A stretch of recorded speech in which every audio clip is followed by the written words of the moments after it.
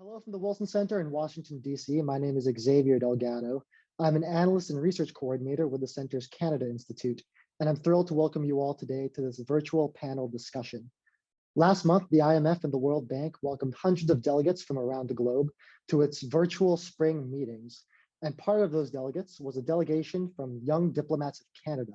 We're thrilled to have some of those delegates here with us today to talk about their experiences and the importance of youth leadership in Canada and on the global stage. Joining us from the delegation is head delegate Coralie Vashall. She is currently completing her master's degree at Bocconi in economics and management of government and international organizations in Milan. Also joining us is Meena Sidhu. She is a graduate student at Carleton University pursuing a master's in economics, and she holds a bachelor's in economics from the University of British Columbia. Also calling in from Vancouver is delegate Jason Liao. Jason is a second-year business and computer science major at the University of British Columbia and an experienced environmental activist. And rounding out the group is another West Coaster, Emilio Caputo. He is an associate consultant at Global Public Affairs in Victoria, where he works with energy, environment, and resource-based clients. The four of you, welcome to the panel. We're thrilled to have you here. And joining us as well is my colleague from the Canada Institute, Zoe Reed, who will be acting as co-moderator today. Hi, Zoe. Thank you for that introduction, Zavi. It's fantastic to have you all here, so thank you for taking the time to speak with us. We'll jump right into things, and I would like to start by talking to you about, obviously, the exciting experiences that you've just had. You all participated in this year's World Bank and IMF meetings as youth delegates, as Zavi mentioned. So I would like to open up with just a quick round of reflections on your experiences at the meetings. So if you could each touch on the issues that were discussed at the meetings and what you each think were the most important. We can start with Amelia, if you'd like. No pressure. No pressure. Great. Yeah. So I think, thinking about this sort of question, for me, there's two different answers, right? There's what's most important and really what was most interesting. So I think what was most interesting for me was really coming out of my background, right? Looking at the energy security and those sorts of discussions. I mean, it's a really interesting topic, especially in light of Ukraine, Russia's invasion of Ukraine. And that highlighted, I think, for a lot of us, the importance of energy security. And so you have this overarching theme throughout the entire World Bank and IMF meetings, really talking about how countries secure energy for themselves and how they do international trade and how they develop energy networks. I mean, we talked about clean energy systems, even increased fossil fuels, that sort of thing. And that's really important, I think, in a Canadian context as well, thinking about how Canada supplies itself and how it supplies the world, especially as an oil producing country. It's sort of this really interesting low hanging fruit for climate change. And so that was a really interesting discussion. But I think coming out of that too, what was really important was looking at the impacts of COVID-19, especially on poorer countries, and really the impacts on education. One of the things I learned, coming out of that was that learning poverty is as high as 53% globally, and as high as 80% in poorer countries. So to me, that gap in development is really, really an important piece. That's something that needs to be addressed, and something that I think a lot of speakers spoke to in the World Bank Group and the IMF meetings. And really, as part of that too, it's a lack of access to digital services that was highlighted by the pandemic. And I mean, even within our own borders, that's true for a lot of rural and remote and indigenous communities. The lack of access also set them back in a lot of ways regarding education as well. That makes a lot of sense. All of those are super relevant, exactly as you said, with Russia and Ukraine as well. Coralie, would you like to go next? Yes, thank you. And thank you again for having all. And I just wanted to say before I move on that we're having two delegates that were with us during the whole meetings and that we're missing today. So just wanted to say thank you to Michelle and Elizabeth, who contributed greatly to all of the thoughts that we're sharing here today. But moving on more to the themes of the meeting, personally, what I really enjoyed is that not only we had such quality technical macroeconomic analysis as you would expect coming from the World Bank and the IMF, but there was always a broad acknowledgement of the repercussions of these macro trends on the broader population and on a more human perspective. And I really enjoyed that effort that was pretty much constant throughout the meetings. More specifically, there was a big question and many sessions about inflation, which is obviously a central economic topic right now, and more particularly to the link between inflation and the risk of social unrests in the countries that are most vulnerable to the rising cost of living. However, I think I would have enjoyed to touch upon a bit more on not only these rising risks of social unrest, but also how countries can tackle them, knowing that containing fiscal sustainability is also at the forefront of preoccupations right now, and that resorting to heavy subsidies is often not a preferred fiscal response. So I did wish that there was maybe a bit more of tackling these subjects and reconciling these goals, but the whole meetings were really great, a great experience. That's great to hear. We'll go to you, Jason, next. Yeah, for sure. Thank you, Zoe. And I'll start off by saying thank you guys so much for having us. It really is a pleasure. And I know our entire delegation has been really looking forward to this for weeks. So thank you guys so much for setting this up. I think coming into the spring meetings, I definitely was a little bit biased as to what I think the most important subject is, just because, as you mentioned previously, I do come from an environmental activist background. But really, when I'm reflecting now, it really is hard to pinpoint what exactly I think is the most important subject. One thing I will say is that I noticed very, very prominently what the effect that the conflict in Ukraine had in shaping these global discussions. So for example, during our global roundtable on food security, the majority of conversations and the majority of concerns stemmed from Ukraine's inability to export their natural resources at full capacity, which makes total sense because together with Russia, they make up about a third of the world's wheat exports, among many other things. So to answer your question, I think that all of the topics that were discussed were very, very important and should have meetings like the spring meetings to be discussed. But in terms of urgency, I would say that the conflict in Ukraine takes the cake, just because it seems like it's a root cause and a conversation starter for many of the other things that were discussed, including renewable energies and financial technologies. Thank you, Jason. And finally, Amina. Yeah, sure. I thought that paving the way for global recovery post-COVID-19 and now dealing with major supply shocks and inflation was definitely a big topic of discussion at the meetings. It was very interesting to see as well, because these are problems that hurt basically every nation across the board, whether developing or developed. So it was interesting to see was how countries navigated this balance of needing to look out for themselves in their state level response, which usually was focused on austerity and sort of cutting back on spending, but still try to participate in some level of global coordination to avoid further harming vulnerable nations. And you know, this is the first time in a while that so many powerful, well-off countries have been in their own state of recovery instead of just lending support to other nations. So it was very insightful to see how the tone was set in these conversations about global cooperation under a new, very high level of pressure. Great, thank you all for your responses. It's really great to hear about some of the issues you were tackling and the ones that you thought were most important. I want to touch on one that was brought up, which is climate change, because I know we have a couple of people with an environmental background in the room today. So starting off with that, domestically, it's really important for the public to understand the threat of climate change seriously from a security perspective. Specifically, how can climate change be defined as a concrete security issue in the eyes of the average citizen? Now, some of us in Canada have been exposed to the dangers of climate change. I know a couple of us are from Vancouver. We saw the BC floods last year, lots of wildfires on the West Coast as well, and severe storms on the East Coast in the past few weeks. How can Canadians who haven't been exposed to these dangers come to understand the threat of climate change that it poses not just to Canada, but also to other communities around the world? Jason, why don't we start with you? Yeah, for sure. That's a really great question. In addition to the floods, something else that was all over the news last year was the heat wave, which was spread all throughout North America, and it was facilitated by climate change for sure. Something else that was pretty prominently talked about in my neighborhood, in my community, was the fire in Lytton.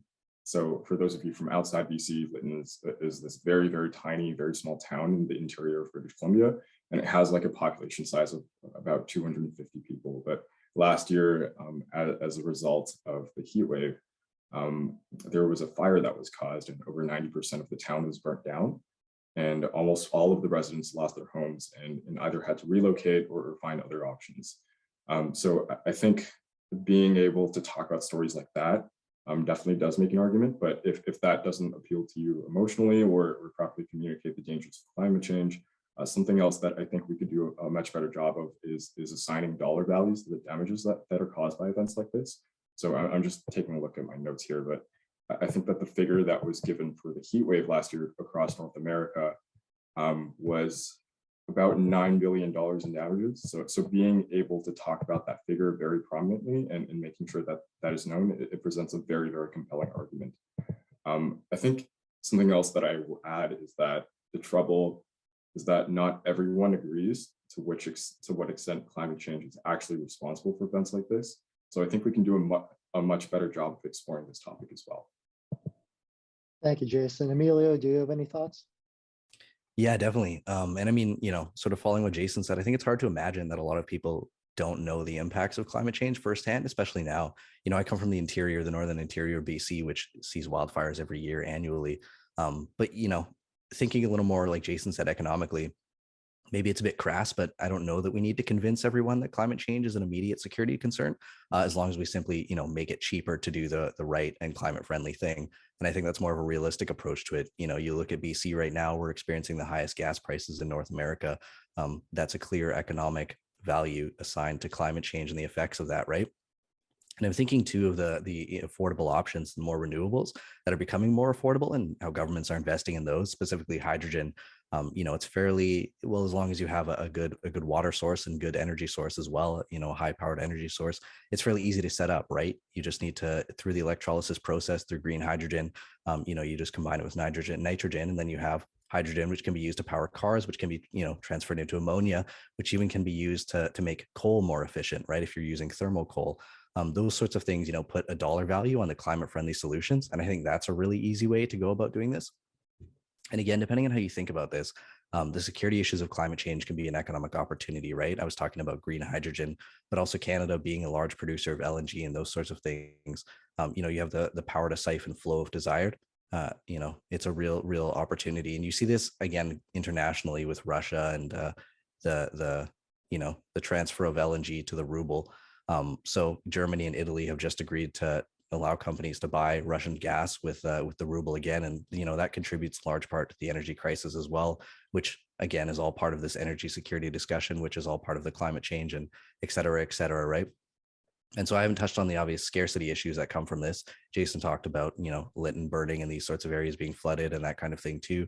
That obviously leads to massive amounts of crops destroyed, massive amounts of animals that were destroyed as well. So there's some real issues that come from that. So again, I think to me, it's looking at this as an economic opportunity and finding ways to invest in climate friendly solutions that allow people to see climate change as an opportunity and one that's cheaper for them and better for them, even if it isn't addressed necessarily as a direct security concern, though those are obviously there.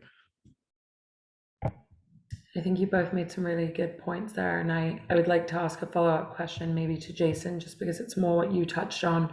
The effects of climate change obviously can be very clearly seen as well as domestically in Canada, can also be seen in the Arctic. And the Arctic, as we all know, is a developing environment of great power competition. So how do you see the Arctic as a frontier for climate crisis mitigation and global cooperation, as well as with the context of the recent pausing of the Arctic Council? Yeah, that's a great question, and even a much better segue. I think that in the next 50 years, with the permafrost melting in the Arctic and with a lot of the ice melting in the Arctic, as unfortunate as it might be, it does present economic opportunities. And I think in the next 50 years, some of the passages through the Arctic will become increasingly important in global trade. So what I think is very important for Canada to do and to start having is to have discussions about the development of a potential Northwest Passage. Right now, the majority of shipping containers go through the Panama Canal, which in my opinion and a lot of professional opinions is by and large a much less efficient route than having a potential Northwest Passage. There really is a whole economic argument to be made as to why we should be starting to talk about this. But in terms of answering your question, in terms of mitigating climate change, it's been shown that ships that go past through the Northwest Passage instead of current day routes, they're able to reduce their carbon emissions by roughly 50%, just because the travel time is so much shorter. And that's not at all an insignificant amount, because the shipping industry is responsible for something like 3% of total greenhouse gas emissions within a year. And they're actually one of the few industries where it's impossible to to reduce their fossil fuel dependencies. You can't really power ships of that size with renewable sources of energy and with solar panels. So decreasing the amount that they have to travel is a pretty big deal. I think that there's obvious trade-offs with having ships directed through the Northwest Passage, but I think that we would be doing both Canada and the world a great disservice by not even talking about it or educating ourselves on what a Northwest Passage could bring to the world. In last year's election, actually, I was pretty disappointed to see that securing Arctic sovereignty and further developing the region wasn't a more important platform in many of the candidates' agenda items. Because you're absolutely right, there is a power competition in the space, and in addition to everything that I mentioned previously, it does pose a pretty big national security risk to us as well. I can't really speak to global cooperation or the Arctic Council, but I'd be happy to open up the floor to anyone who wants to jump in. That's great, Jason. Thank you. And Mina, I want to bring you into this now, just for a quick word on global opportunities and collaboration. So on the topic of climate, convening leaders last year in November at COP26 emphasized the importance of collaboration on a global scale to meet challenges and threats of climate change, as well as other climate-related disasters. Also, some of you mentioned Ukraine in your opening remarks. We've seen an enormous amount of global cooperation in handling and addressing that crisis. So Mina, how can governments continue to enable mutual assistance in response to both climate emergencies and general geopolitical emergencies and encourage actionable collaboration between global powers? Yeah, that's a good question. I think to some degree, we really need to revise our expectations of what global cooperation looks like in fighting climate change. I think the reality is that there is still a lot of room for some very powerful countries to care more about fighting climate change and for them to make it a higher priority than it is. However, truly prioritizing it is probably only going to be a result of domestic forces instead of just pressure at the international level. And so to flip your question around, perhaps, I think the way that we're seeing young people right now all around the world demonstrate their concern about climate change to their own governments, I think that's what's really going to drive that prioritization instead of the governments of other countries. And then when it comes to action, I think if we accept that it's difficult to pull countries into prioritizing climate change if they already haven't, and if we also consider that what we're experiencing right now is not slow climate change, but a true crisis, I think the reality is that the countries that want to and are able to shoulder the burden of leading a clean energy transition, that are able to finance R&D for clean alternatives, they should simply do so, and they need to. Because if they're able to implement solutions and demonstrate success, those solutions are going to be implementable in other countries that couldn't afford the process in the same way, which is sort of like economic leapfrogging. And that would definitely leave everyone better off. Financing climate action often comes at the cost of major industries, millions of jobs, any other number of really important domestic priorities. So waiting for the whole world to drop these concerns and get on board might be unrealistic, but requesting their cooperation, their commitment, when there are real solutions to share is probably a lot easier to receive. And so I guess that means that the countries that can act right now should do so, even if it's just them, and believe that cooperation will come. And transitioning from that, I'd like to touch on the populations who are affected, which you touched upon briefly. As we all know, First Nations and Indigenous peoples are often disproportionately and directly affected by the impact of both climate change and the pandemic. Inequalities that are faced by these communities already, such as the lack of resources and rights afforded to Indigenous peoples, loss of land, marginalization, have all been underscored by the severity of the pandemic and the climate crisis. So how can these communities be best served and protected? Sure. I would like to start off by just saying that I think there is a little bit of room to shift the conversation from serving Indigenous groups and representing them to giving them power and allowing them to have agency in the decisions that affect them and their land and their livelihoods.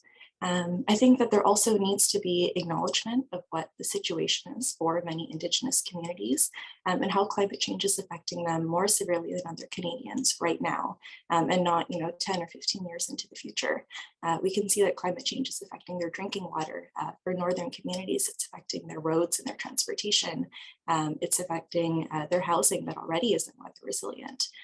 So these are all things that are actively happening right now, and so many Indigenous communities simply don't have the resources to build resilience against them and find alternatives as quickly as they're needed. I think in this area then, in terms of serving Indigenous communities, one of the best ways that we can do that is by prioritizing public investment in infrastructure in their communities that is resilient to climate change and making it a priority. It's unfortunate to see that these communities are being hurt by climate destruction that they really did not play a major role in. And so if stopping further climate change and environmental destruction is going to be a much bigger, longer challenge, which it's looking to be exactly that, then I think a meaningful first step is to help Indigenous communities adapt to all of the changes that they're facing right now, but they're very unprepared for.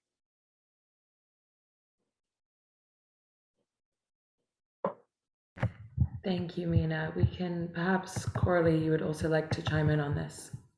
Yes, thank you so much. What I have to say are 2 points, and they are very much in line with what Mina just said, especially regarding the whole acknowledgement, basically, of the problem that should have taken place years ago, especially from an observational point of view, such as mine, not being directly in the First Nations and Indigenous communities. I think that what our role is primarily, first of all, is really foster an active listening of these communities who voice their concerns.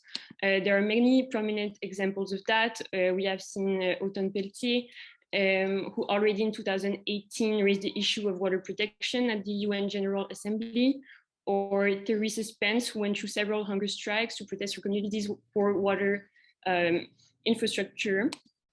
So that really goes back to the whole listening and active listening of these concerns. And what I think is very interesting about these examples is that some of them are very recent, but some of them already date back from many years ago. And while climate change was obviously already an issue for the global community, I'm not sure that we can say that it was the top priority on our agenda, while it already was for these communities. And that again highlights the role of the active listening of those that are the more at risk and how they voice their concerns.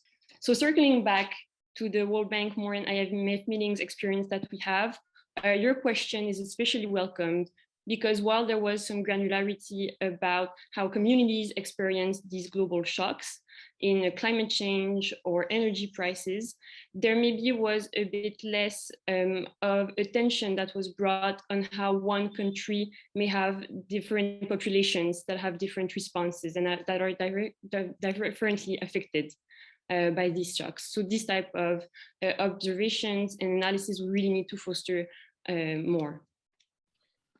Thank you, Coralie. And oh, sorry, Emilio, I didn't see you there. Do you have something you want to say? Yeah, that's okay. Sorry to interrupt. I didn't want to derail the discussion at all. But I wanted to touch on something sort of circling back to what Mina said earlier regarding the governments being the primary motivators of actionable climate change. And I think it was a really, really interesting topic. And sort of what you said, Mina, I think really resonated with a lot of what I was thinking about in terms of this. Not necessarily that governments have to be the primary actors, but also that industry is a really powerful tool. And private industry in particular, it can be the primary motivators in a lot of these things. And we saw at the World Bank, there was a country like Morocco who effectively said, doors are open, come develop the clean industry for us, hydrogen, specifically green hydrogen. It's a really, really interesting and really powerful message to, I think, send to industry that, these can be the primary motivators.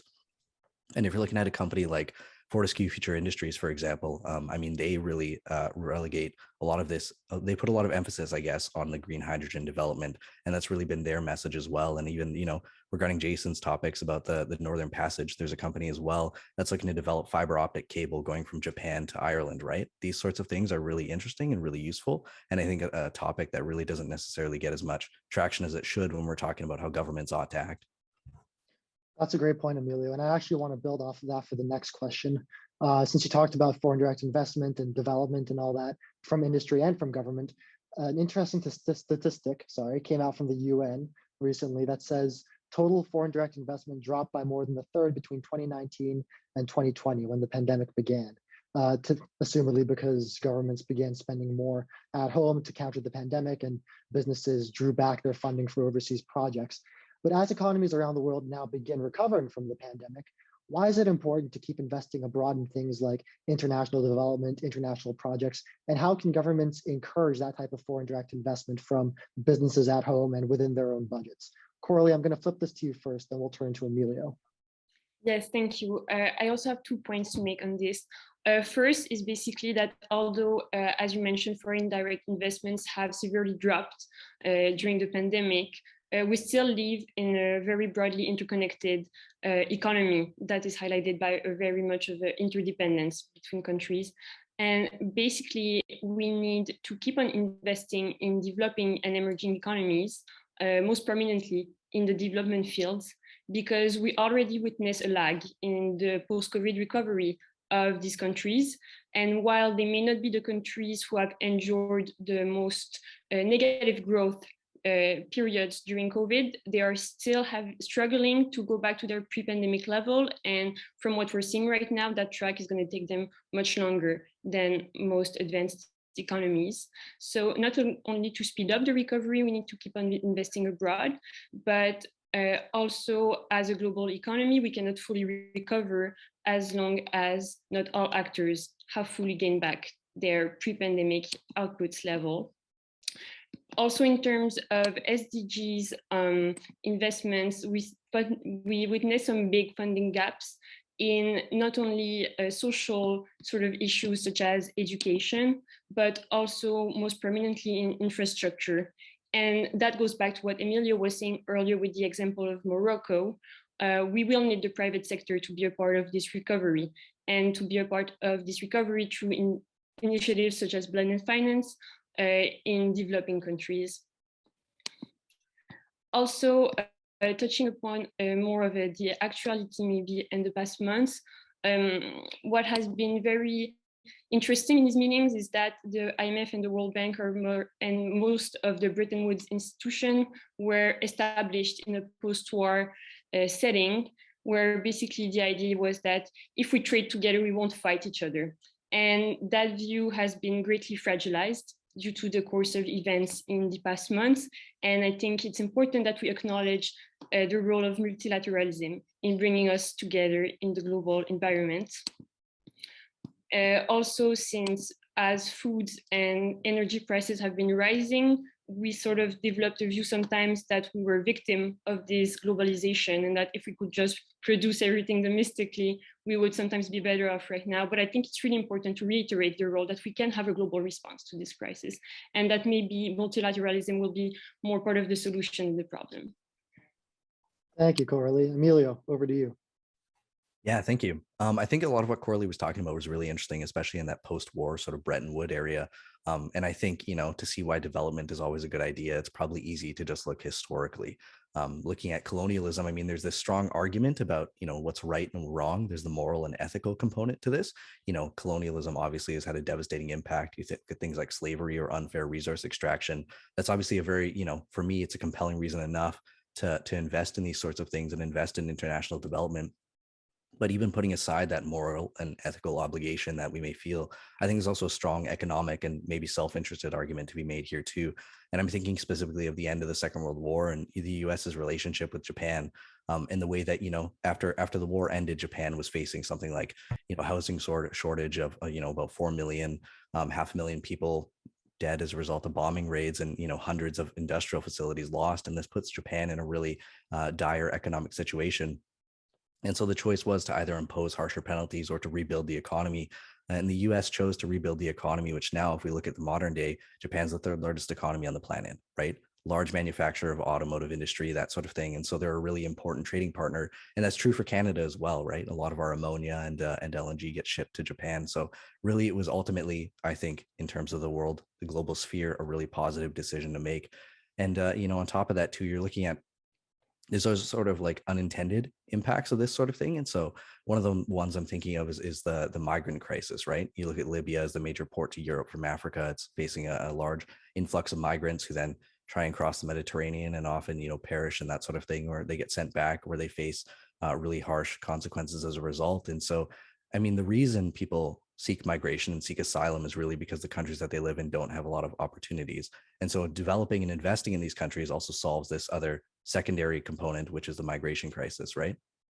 So if we're able to invest in these places, then obviously the migration flow lessens, and then asylum seekers are fewer and much easier to handle. And Europe, as opposed to putting up fences, can then welcome them in a more tolerable way. And so I think that's a really positive impact as well. And again, I talked about Canada being a sort of an export-based economy. That's another really strong argument, I think, domestically for us to develop and invest in other countries. We have this sort of, I've heard it being described as a rip and ship economy, right? We extract our natural resources and we ship it out and then send it back to us a secondary, value added sort of way. And so I think that's a really interesting component to all this too. Obviously, the only thing that's a concern domestically, I think, for Canada is becoming a branch plant of other countries like the United States, for example, that buys a lot of our natural resources. As sort of a secondary argument that we can explore for sure. Thank you for that, Emilio. I have a final question for you all, and we'll go around everybody again. So you've all had a fantastic opportunity here through YDC, which gives Canadian youth this platform to engage in these policy discussions at the highest level that you've all clearly benefited from, not just at the World Bank and the IMF, but I know delegations go to the WTO, the Commission on the Status of Women, and other multilateral orgs. So drawing on that, why do you think youth leadership in this capacity, specifically in Canada, is so important? Maybe this time we will start with Mina, if you'd like to go first. Sure. I think first it's important to listen to what the priorities and concerns of young people are. If they're the generation that's going to be facing the repercussions tomorrow of the decisions that we're making today. So in that sense, they're a major stakeholder in the policy being designed in these rooms, and they should absolutely be present. I think second, at a more practical level, it's important to give young people who are, again, tomorrow's leaders, exposure to how policy decisions are made and what the discussion process entails. I think that if and when they do have the ability to move into formal leadership roles later on, that exposure and experience is really going to pay off in getting things done quicker, and allow young leaders to be smart about how exactly to facilitate change, whether at the federal level or the international level, because they get to go in with this really valuable firsthand knowledge. Thank you, Mina, and we'll go to Jason next. I will echo everything that Mina said. I think that many of the policy decisions that are made today will have similar consequences, if not even greater consequences, to future generations, my generation, more than the current generation. For example, in many communities across Canada, it's becoming nearly impossible for young people to afford homes in the towns that they grew up in, certainly not Coquitlam, where I'm from, where housing prices have grown by, I don't even know what the number is. It's like a factor of 7 at this point in the past decade. But yeah, I think for reasons like that, it's very important for young people to stay informed, to be kept in the loop, and to voice their concerns when they can. Thank you, Jason. And we'll go to Emilio next. Great, thank you. Yeah, and I think sort of the obvious, maybe it's a bit corny to say, but young people are our future, right? And I know for me, it won't be long until I age out of the youth category, and then I'll be looking for ways to support young people as well, and to get opportunities, specifically like the YDC or other things like that, that allowed me to shape a lot of my thoughts and the way I think about international politics and really the world. These are really important things, I think, that are sort of foundational in my thinking as a person. But I think even, more broadly, we're becoming a more digital world, right? And so it's really young people who growing up in that, we have Generation Z and those sorts of things. They're the ones who are setting the terms for a lot of these important international discussions about climate change. You think of like Greta Thunberg, sitting outside of her school, right? Those sorts of things, so profound and so small, but they're really driven by young people again. And, especially talking about how we work and those sorts of things. You only need to look 20 years behind you to know what the next 20 years are going to look like, right? And I think too, in Canada, specifically, we're facing an aging population, and it's a disproportionately small amount of young people who are going to bear the burden of that. And so putting them in front of those conversations, those are going to be the leaders again of those kinds of things. So we're facing in the near future, for the first time in a long time, an abundance of work and a labor shortage, right? In British Columbia alone, again, where many of us are from, we're going to have, 1 million vacant skilled jobs in the next decade. That's a tremendous amount of young people that are going to be needed to fill those jobs, and innovation and migration and those sorts of topics are going to be a large component of that. And again, these sorts of discussions, I think, while it's, relevant to people of all ages, it's young people like ourselves who are particularly attuned to the futures that we're going to inhabit. Thank you, Amelia. Coralie, last but not least. Thank you so much. Well, I think all of our fellow delegates described really wonderfully what was the main points and of this experience. So I'm going to take a bit of a more personal aspect to it. This experience was really empowering, not only being part of it and listening to such great minds and being to, on a certain level, be a part of the reflection, but I want to highlight what a great experience it was to enter these meetings really as a group of youth. I think we're all mostly students or young professionals, and as people who are interested in either the fields of diplomacy or international economics, it can be quite intimidating for the youth sometimes to enter into these fields alone, and it can be quite intimidating to get into these topics. So to be a part of the experience as a group was really reinforcing, and I can only really encourage other young Canadians to apply to this program. Thank you, Coralie. That was a perfect ending note. Thank you all for your very thoughtful answers. It was fantastic to hear about, and I'm very jealous that you got to participate in these meetings, but it was great to hear about secondhand. Thank you, Xavi, for being a fantastic co-moderator, and we hopefully will see you all soon for an event in the Canada Institute as you age out of the youth category and continue on your work in policy. And it was fantastic to meet you all virtually. Yeah, thanks so much for having us. Thank you so much. I really appreciate it. Thank you.